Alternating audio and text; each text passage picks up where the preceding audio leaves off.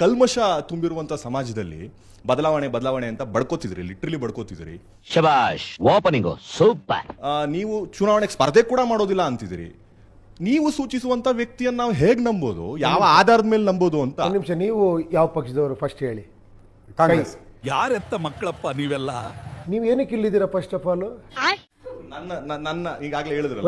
ಒಂದ್ ನಿಮಿಷ, ನೀವು ನಿಮ್ಮ ಕೈ ಏನು ಹೇಳುತ್ತೆ? ನಿಮ್ದೊಂದು ಪಕ್ಷ, ನೀವು ಜನನ ಉದ್ಧಾರ ಮಾಡಕ್ ಬಂದಿದ್ದೀರಾ ಇಲ್ಲಿ, ಕರೆಕ್ಟ್ ತಾನೆ? ಅನುಭವಿಸಿ. ಈಗ ಜನನ್ನೇ ಬೈತಾ ಇದ್ದೀರಾ ನೀವು, ಜನನೇ ಸರಿ ಇಲ್ಲ ಅಂತ. ಇನ್ನೇನು ಉದ್ಧಾರ ಮಾಡ್ತೀರಾ ನೀವು?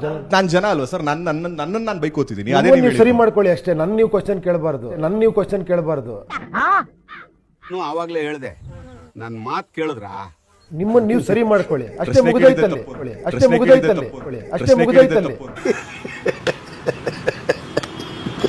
ಅಲ್ಲಲ್ಲ, ನಾನು ಪ್ರಶ್ನೆ ಇದ್ದಿದ್ದು ತಾವು ಸೂಚಿಸುವ ವ್ಯಕ್ತಿಗಳನ್ನ ಯಾವ ಆಧಾರ. ನಾನು ಸೂಚಿಸ್ತಾನೆ ಇಲ್ಲ, ಸೆಲೆಕ್ಷನ್ ಮಾಡ್ತಿರೋದು ಜನಗಳಿವಾಗ. ನನಗಂತೂ ಈ ಜೀವನವೇ ಬೇಸರ ಆಗೋಗ್ಬಿಟ್ಟಿದೆ. ನಿಮ್ಮಂತ ಯಂಗ್ಸ್ಟರ್ಸ್ ನೀವೇ ಒಂದು 50 ಜನ ಸೇರ್ಕೊಂಡು ಒಬ್ಬನ ಸೆಲೆಕ್ಟ್ ಮಾಡಿ, ಹೋಗಯ್ಯ ನೀನು ನಿಂತ್ಕೊಳ್ಳಯ್ಯ, ನಾವೆಲ್ಲ ಸಪೋರ್ಟ್ ಮಾಡ್ತೀವಿ, ನನಗೆ ಟ್ರಾನ್ಸ್ಪರೆಂಟ್ ಆಗಿ ಕೆಲಸ ಮಾಡಬೇಕು, ನೀನು ಕೆಲಸ ಮಾಡಿ ನಾನು ಕೆಳಗಿಳಿಸ್ತೀವಿ, ಇಳಿಬೇಕು ಅಂತ ಹೇಳಿ ಮಾಡಕ್ ಸಾಧ್ಯ ಇಲ್ವಾ? ಈ ತರ ಒಂದು ಮ್ಯಾಟ್ರೇ ನಮಗೆ ಗೊತ್ತಿಲ್ವಲ್ಲಣ್ಣ. ಹೇಳಿ, ಯಂಗ್ಸ್ಟರ್ಸ್ ಸಾಧ್ಯ ಇಲ್ವಾ? ದೊಡ್ಡ ಲೆವೆಲ್ ಬಿಟ್ಬಿಡಿ, ಏನೇಳಿ ನ್ಯಾಷನಲ್ ಲೆವೆಲ್ ಬಿಟ್ಬಿಡಿ. ಒಂದು ಹಳ್ಳಿಲಿ ಆಗಲ್ವಾ? ಅಲ್ಲ, ಅಪ್ರಸ್ತುತ ಅನ್ಸಲ್ವಾ? ಅಲ್ಲ, ನಿಮ್ಗೆ ಅಪ್ರಸ್ತುತ ಅನ್ಸೋದು ಅದು ಯಾವತ್ತೂ ಅಪ್ರಸ್ತುತಾನೆ. ಯದ್ ಭಾವಂ ತದ್ಭವತಿ. ನಾನು ಏನ್ ಅನ್ಕೋದ್ರೆ ಜೀವನ ಹಂಗೆ ನಡೀತದೆ.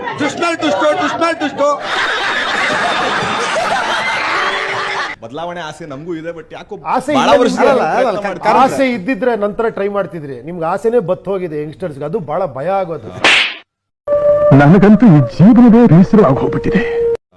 ಹೋಪ್ಲೆಸ್ ಸಮಾಜ ಆಗಬಾರ್ದು. ಇವತ್ತು ನನ್ನ ಜೊತೆ ಫಸ್ಟ್ ಪಕ್ಷ ಸ್ಟಾರ್ಟ್ ಮಾಡಿದಾಗ ನನ್ನ ಜೊತೆ 500 ಜನ 1000 ಜನ ಇದ್ರು. ಕೊನೆಗೆ ನಾನು ಒಬ್ಬನೇ ಉಳ್ಕೊಂಡೆ. ಬಟ್ ನಾನು ಹೋಪ್ಸ್ ಕಳ್ಕೊಂಡೇ ಇಲ್ಲ. ನಾನು ಸಾಯೋರು ಕಳ್ಕೊಳ್ಳೋದು ಇಲ್ಲ. ಯಾಕಂದ್ರೆ ನನಗೆ ಸೋಲು ಗೆಲುವಿನ ಭಯನೇ ಇಲ್ಲ, ನನಗೆ ಅವಮಾನಗಳಿಲ್ಲ, ನನಗೆ ಅಹಂಕಾರಗಳಿಲ್ಲ. ಗೆದ್ದು ನಾನೇನೋ ಸಾಧನೆ. ಈ ಬದಲಾವಣೆ ಆಗೋದು ನನ್ನಿಂದಲ್ಲ ಅಂತಾನೂ ಗೊತ್ತಿದೆ ನನಗೆ. ಇವತ್ತು ನನಗೊಂದು ಸತ್ಯ ಅರ್ಥ ಆಗೋಯ್ತು.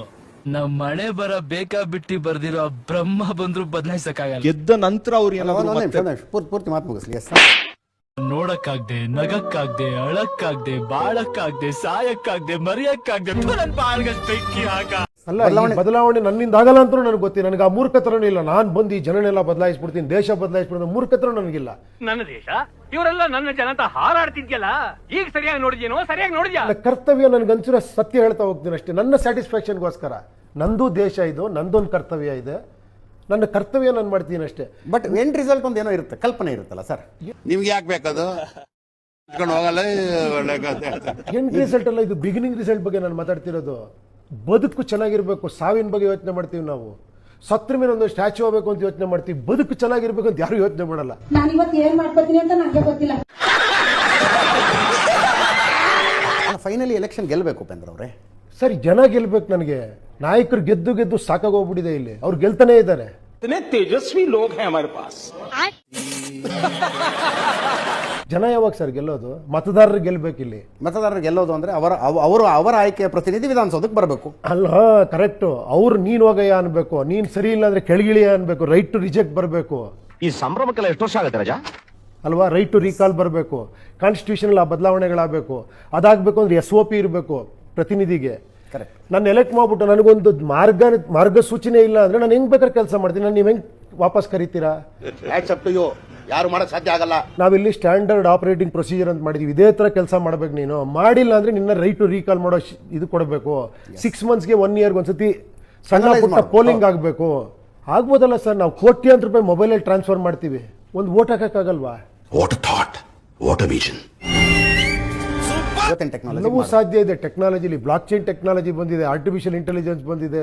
ಆಮೇಲೆ ಅಪ್ರಸ್ತುತ ಹೌದು. ಈಗ 200 ವರ್ಷದ ಹಿಂದೆ ಯಾವನೋ ಬಂದು ಹಿಂಗೊಂದು ಹಿಡ್ಕೊಂಡು ಹಿಂಗ್ ಮಾತಾಡ್ಕೊಂಡು ಹೋಗ್ಬೋದು ಅಂದ್ರೆ ನಾನ್ಸೆನ್ಸ್. ಅಪ್ರಸ್ತುತ ನೋಡಿ, ಇದು ನೀವು ಹೇಳಿದ್ರಿ ಕಲ್ಪನೆ ಅಂತ. ಮೊಬೈಲ್ ಅಲ್ಲಿ ಹಿಂಗೊಂದು ಬಟನ್ ಒತ್ತಿದ್ರೆ ನಾನು ಯಾವ್ದೋ ದೇಶಕ್ಕೆ ನಾನೊಂದು ಸುದ್ದಿ ಕಳಿಸಬಹುದು ಅಥವಾ ಮೆಸೇಜ್.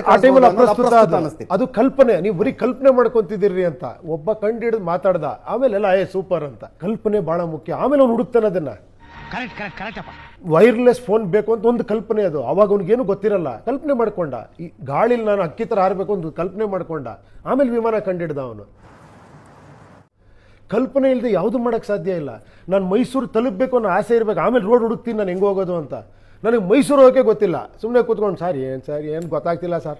ಈ ನಿನ್ ಚುರುಕ್ ಬುದ್ಧಿನೇ ನನಗಿಷ್ಟ ಆಗೋದು. ನಾನು ಬಿಜೆಪಿ ಕಾರ್ಯಕರ್ತ. ತಾವು ಮುಖ್ಯಮಂತ್ರಿ ಆಗುವ ಕಲ್ಪನೆ ಇಟ್ಕೊಂಡು ಪ್ರಜಾಕೀಯ ಸ್ಥಾಪನೆ ಮಾಡಿದ್ರು ಅಥವಾ ಈ ಪಕ್ಷ ನೀನ್ ಈ ತರ ಅಂತ ಬಿಕ್ಕಳ್ತಾ ಇದ್ರೆ ನನಗೆ ತಿಕ್ಕಿ ಹಿಡಿಯುತ್ತೆ. ನೀವು ಸ್ಥಾಪನೆ ಮಾಡ್ಬೇಕಾರೆ ಯಾವ ಕಲ್ಪನೆ ಇಟ್ಕೊಂಡು ನೀವು ಪಕ್ಷ ಸ್ಥಾಪನೆ ಮಾಡಿದ್ರಿ?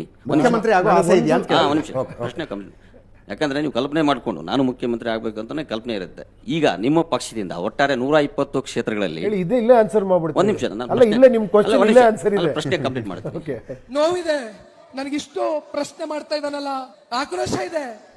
120 ಕ್ಷೇತ್ರಗಳಲ್ಲಿ 4-5 ಸ್ಥಾನ ನೀವು ಗೆದ್ರೆ ಇಲ್ಲ 2 ಗೆದ್ರೆ ಯಾವ ಪಕ್ಷಕ್ಕೆ ನೀವು ಬೆಂಬಲ ಕೊಡ್ತೀರಾ? ಅಲ್ಲ, ಒಂದ್ ನಿಮಿಷ. ಬೆಂಬಲಕ್ಕೆ ಮುಂಚೆ ಒಂದು ಹೇಳಿದ್ರಿ ಮಂತ್ರಿ ಆಗಬೇಕು ಅಂತ. ನಾನು ಬಂದಿರೋದು ಇಲ್ಲಿ ರಾಜ ಆಗಬೇಕು ಅಂತ ಆಸೆ ಪಟ್ಟು. ನಿನ್ಗಿದು ಬೇಕಿತ್ತ ಮಗನೇ?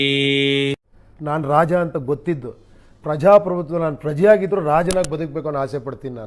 ನಾನು ಮಂತ್ರಿ ಆಗಬೇಕು ಅಂತ ಆಸೆ ಪಡಲ್ಲ. ಸರ್, ಅಡ್ಮಿನಿಸ್ಟ್ರೇಷನ್ ಬೇಕೇ ಬೇಕು. ಕೇಳಿ ಒಂದ್ ನಿಮಿಷ. ಅಡ್ಮಿನಿಸ್ಟ್ರೇಷನ್ ಇದೆ, ಅದೆಲ್ಲ ನಡೀತದೆ. ನನ್ನ ನೀವು ಕ್ವಶನ್ ಕೇಳೋಕೆ ಮುಂಚೆ ನನ್ನ ಪಕ್ಷದ ಒಂದೇ ಒಂದು ಆ್ಯಪ್ನ ಓದಿದ್ದೀರಾ ನೀವು? ನನ್ನ ವೆಬ್ಸೈಟ್ ನೋಡಿದ್ದೀರಾ? ನೋಡಿ ಒಂದು ಸ್ವಲ್ಪ ತಿಳ್ಕೊಂಡಿದ್ದೀರಾ? ಅವಾಗ ನೀವು ಮಾತಾಡೋದಕ್ಕೆ ಒಂದು ಇದಿರುತ್ತೆ. ಏನೂ ಗೊತ್ತಿಲ್ಲ ನಿಮ್ಗೆ ಆ್ಯಕ್ಚುಲಿ. ನಾನು ಬಡವ, ನೊಂದಿದ್ದೇನೆ. ಬೇರೆಯವ್ರಿಗೆ ಬಿಡಿ, ಏನು ಗೊತ್ತಿಲ್ಲ. ನೀವೆಲ್ಲ ರಾಜಕೀಯದಲ್ಲಿ ಇರೋರು. ಗೊತ್ತಿಲ್ಲ. ಅಲ್ಲ ಕೇಳಿ, ನೀವು ರಾಜಕೀಯದವರು ಒಂದು 5 ನಿಮಿಷ ನೀವು ಕೊಡ್ಬೋದು ಟೈಮು ಅಲ್ವಾ? ನಿನ್ನ ಮಾತು ಕೇಳ್ತಾ ಇದ್ರೆ ಕುಡ್ದಿರೋ ಕಿಕ್ಕೆಲ್ಲ ಇಳ್ತೋಗ್ತಾ ಇದೆಯಲ್ಲ. ಯಾವ್ಯಾವುದಕ್ಕೂ ಟೈಮ್ ವೇಸ್ಟ್ ಮಾಡ್ತೀವಿ. ಒಂದು 5 ನಿಮಿಷ. ನಾನು ಎಷ್ಟೋ ವರ್ಷಗಳು ಅನಲೈಸ್ ಮಾಡಿ ತಜ್ಞರ ಜೊತೆ ಡಿಸ್ಕಸ್ ಮಾಡಿ 3 ಪೇಜ್ ಬರ್ದಿರೋದು. ನಾನು ಜಾಸ್ತಿ ಏನು ಬರ್ದಿಲ್ಲ. ದಯವಿಟ್ಟು ಒಂದ್ಸತಿ ಕೇಳಿ. ಸರಿ ಇಲ್ಲ ಅಂದ್ರೆ ನೀವು ಹೇಳಿ, ಮತ್ತೆ ತಿದ್ಕೊಳ್ಳೋಣ ನಾವು. ನಾನೇ ಆ ನೋವನ್ನ ವಿಷಕಂಠನಾಗಿ ನುಂಗ್ತಾ ಇದ್ದೇನೆ ಅನ್ನೋದನ್ನ ಹೇಳಲಿಕ್ಕೆ ಬಯಸ್ತೇನೆ. ಕ್ರಿಟಿಸೈಸ್ ಮಾಡೋದೇ ನನ್ನ ಕೆಲಸ ಅನ್ನೋ ಥರ ಆಗೋಗ್ಬಿಟ್ಟಿದೆ. ಹಂಗಲ್ಲ, ನಿಮ್ಮಲ್ಲಿ ಅದ್ಭುತವಾದ ವಿಚಾರ ಇರುತ್ತೆ, ಅದರಿಂದ ನಾನು ಬೆಳಿಬೋದು. ನನ್ನಲ್ಲಿ ವಿಚಾರಗಳು ನೀವು ತಗೊಬೋದು. ಆ ಪಾಸಿಟಿವ್ನೆಸ್ ನಮ್ಮಲ್ಲಿ ಬರಬೇಕು. ತುಂಬ ಜನ ಹೇಳ್ತಾರೆ ಹೋರಾಟ ಮಾಡಿರಿ, ನಮಗೆ ಸ್ವತಂತ್ರ ಬಂದಿದ್ದು, ನೀವೇನ್ರಿ ಹೋರಾಟನೇ ಮಾಡಲ್ಲ ಅಂತೀರಾ ಅಂತ. ಹೋರಾಟ ಮಾಡೋದಕ್ಕೆ ಅವಾಗೊಬ್ಬ ವಿಲನ್ ಬೇರೆ ದೇಶದವನಿದ್ದ. ಇವತ್ತು ನಮ್ಮ ಅಣ್ಣ ತಮ್ಮದ್ರು ನಮ್ಮ ಜೊತೆ ಅವ್ರ ಮೇಲೆ ಏನಕ್ಕೆ ಹೋರಾಟ ಮಾಡ್ಬೇಕು ನಾವು ಅಲ್ವಾ? ನೀನ್ ಹೇಳ್ತಾ ಇರೋದ್ ಕರೆಕ್ಟ್. ಅವಾಗ ಒಂದು ಎಲೆಕ್ಷನ್ ಇತ್ತು ಅನ್ಕೊಳ್ಳಿ, ಬ್ರಿಟಿಷರ್ ಇದ್ದಾಗ ಹೋರಾಟ ಮಾಡ್ತಿದ್ವಾ? ಇಲ್ಲ. ಎಲೆಕ್ಷನ್ ಅಲ್ಲಿ ವೋಟ್ ಹಾಕ್ತಿದ್ವಿ, ಬೇಡ ನಾವು ಬ್ರಿಟಿಷ್ ಅವರು ಅಂತ ಅಲ್ವಾ? ಈಗ ಇನ್ನೂ ಹೋರಾಟ ಮಾಡ್ತೀವಿ ಅಂದ್ರೆ ನಾವು ಒಂದು ಎಲೆಕ್ಷನ್ ಕೊಟ್ಟಿದ್ದಾರೆ ಹೇಳಿ ಪ್ರಜಾಪ್ರಭುತ್ವದಲ್ಲಿ. ನೀವು ವೋಟ್ ಹಾಕಿ ಹೋರಾಟ ಯಾಕೆ ಮಾಡ್ತೀರ? ಕಿತ್ತು ಬಿಸಾಕಿ ಬೇರೆಯವ್ರನ್ನ ತಗೊಳ್ಳಿ. ಈ ಮಹಾನುಭಾವನಿಗೆ ಒಂದೇ ತಲೆಯಲ್ಲಿ 10 ಮೆದಳಿದಂತೆ ಗೊತ್ತಾಯ್ತು. ದಂಬೆ ಕಲೆ ಈ ಕಾಲಕ್ಕೆ ಸೂಕ್ತವಾದ ಯೋಚನೆ ಅಲ್ಲ ಅಂತ ಹೇಳ್ಬೇಕಾ, ಇಂಪ್ರಾಕ್ಟಿಕಲ್ ಅಂತ ಹೇಳ್ಬೇಕಾ, ನನಗೆ ಅರ್ಥ ಆಗ್ತಿಲ್ಲ. ಅಂದ್ರೆ ಮುಂದೊಂದು ಕಾಲ ಬರ್ಬೋದು ನೀವು ಹೇಳುವಂಥದ್ದು. ಯಾಕಂದ್ರೆ ಈಗಲೇ ಬರಬಾರ್ದು. ಈ ಕಣ್ಣಲ್ಲಿ ಇನ್ನೀ ಏನೇನ್ ನೋಡ್ಬೇಕೋ ಕಾಣೆ ಬಂದ್ರೆ ಒಳ್ಳೇದಲ್ವಾ? ಮಾತು ಕೇಳ್ತಾರ? ಗೆದ್ದಿರೋ ಅಭ್ಯರ್ಥಿಗಳು ನಿಮ್ಮ ಮಾತು ಕೇಳ್ತಾರ? ಜನಗಳಿಗೆ ಫಸ್ಟ್ ಆಫ್ ಆಲ್ ಹೇಳ್ತೀನಿ ಕೇಳಿ, ನಾನು ಯಾವ ದಾರಿ ಹಾಕೊಟ್ಟಿದ್ದೀನಿ ಅಂದ್ರೆ ಅವ್ನು ಗೆಲ್ಲಕ್ಕೆ ಚಾನ್ಸ್ ಇಲ್ಲ. ಯಾವನ ಇದಂತಲ್ಲಿ ರಾಜ್ಯದಲ್ಲಿಲ್ಲ, ದೇಶದಲ್ಲಿಲ್ಲ. ಹೇಳ್ತೀನಿ ಕೇಳಿ ಒಂದ್ ನಿಮಿಷ. ಯಾಕೆ ಹೇಳ್ತೀರಿ ಗೊತ್ತಾ? ನಿನಗಾದ್ರೂ ಹಿಡಿದಿರಬೇಕು, ಇಲ್ಲ ನನಗಾದ್ರೂ ಹಿಡಿದಿರಬೇಕು ಅಲ್ವೇ ನನ್ನ ಸಾಂಬಾರ ಆಪೇನಗೆ ಹೇಳಿ. ಜನ ಗೆಲ್ಲೋವರೆಗೂ ಅವ್ನು ಗೆಲ್ಲಕ್ಕಾಗಲ್ಲ. ಒಂದು ತಿಳ್ಕೊಳ್ಳಿ, ನಾನು ಜನ ಗೆಲ್ಲೋದಕ್ಕೆ ಒಂದು ಸೂತ್ರ ಹುಡುಕಿರೋದು. ನೀವು ರಾಂಗ್ ಇನ್ಫಾರ್ಮೇಶನ್ ಕರೆಕ್ಟ್ ಆಗಿ ಹೇಳ್ತೀನಿ ಕೇಳಿ ನಿಮ್ಗೆ. ಅವ್ನು ಯಾವ ಕರ್ಕೊಂಬರ ಇಲ್ಲಿ ಕರೆಕ್ಟ್ ಆಗಿ ಹೇಳ್ತೀನಿ ಕೇಳಿ ನಿಮ್ಗೆ. ನಾನು ಹೇಳೋದು ಏನಾದ್ರೆ ನಾವು ಎಷ್ಟು ಸುಳ್ಳಿನ ಪ್ರಪಂಚದಲ್ಲಿ ಇದೀವಿ ಅಂದ್ರೆ ಸತ್ಯ ಹೇಳಿದ್ರೆ ನಮ್ಗೆಲ್ಲ ಒಂಥರ ಕಚ್ಗುಳಿ ಇಟ್ಟಂಗಾಗತ್ತೆ. ಬಟ್ ನಾವು ಸತ್ಯದಿಂದ ಹೊರಗಿರ್ತೀವಲ್ಲ, ಸತ್ಯ ಹೇಳ್ತಿದ್ರೆ ನಾವು ಅದನ್ನ ಕೇಳೇ ಇಲ್ಲ. ಏನೋ ಹೇಳ್ತಾರೆ ಇವನು ಅಂತ. ಕೊನೆ ನಿಮ್ಗೆ ಕರೆಕ್ಟ್ ಅನ್ಸುತ್ತೆ. ಜನ ಗೆಲ್ಬೇಕು ತಾನೆ. ನಾನು ಹೇಳ್ತಿರೋದು ಜನ ಜವಾಬ್ದಾರಿ ತೊಳಗಿರೆ ಮಾತ್ರ ಓಟ್ ಹಾಕಿ ಅಂತ ಹೇಳ್ತಾ ಇದ್ದೀನಿ. ಓಟು ಇನ್ನು ಹಾಕಿಲ್ಲ ಗುರು, ಓಟು ಇನ್ನು ಹಾಕಿಲ್ಲ. 1 2 3 ಅವರು ಮೈನರ್ ಅಲ್ಲ, ಮೇಜರ್. ನೀವು ಸುಮ್ಮನೆ ಓಟ್ ಹಾಕ್ಬಿಟ್ಟು ಅಜಿತ್ ಅವ್ರು ಬಂದಿವ್ರು ಪ್ರಜಾಕೀಯದಿಂದ ಇವ್ರಿಗೆ ಓಟ್ ಹಾಕಿ ಗೆಲ್ಸ್ಬಿಡಿ, ಇವರೇನೋ ಬದಲಾವಣೆ ಮಾಡ್ತಾರೆ, ದಯವಿಟ್ಟು ಹಾಕ್ಬೇಡಿ. ನಾನು ಎಲೆಕ್ಷನ್ ಮುಂದಿನ ದಿನ ಒಂದು ಟ್ವೀಟ್ ಮಾಡ್ತೀನಿ ನೋಡಿ ಬೇಕಾರೆ. ದಯವಿಟ್ಟು ಪ್ರಜಾಕೀಯ ಪಕ್ಷಕ್ಕೆ ಓಟ್ ಹಾಕಬೇಡಿ. ಹೇಳ್ತೀನಿ. ನಿಮ್ಗೆ ಇದು ಆಶ್ಚರ್ಯ ಅನ್ಸ್ಬೋದು. ಯಾಕೆ ಅಂದ್ರೆ ನೀವು ಜವಾಬ್ದಾರಿ ತಗೊಳಂಗಿದ್ರೆ ಮಾತ್ರ ಪ್ರಜಾಕೀಯಕ್ಕೆ ಓಟ್ ಹಾಕಿ, ಅದು ಪ್ರಜಾಕೀಯ. ಅದೇನ್ ಮಾತಂತ ಹೇಳಿದ್ರಿ ಸರ್ ನೀವು? Really hats off sir, hats off. ಅಷ್ಟೇ.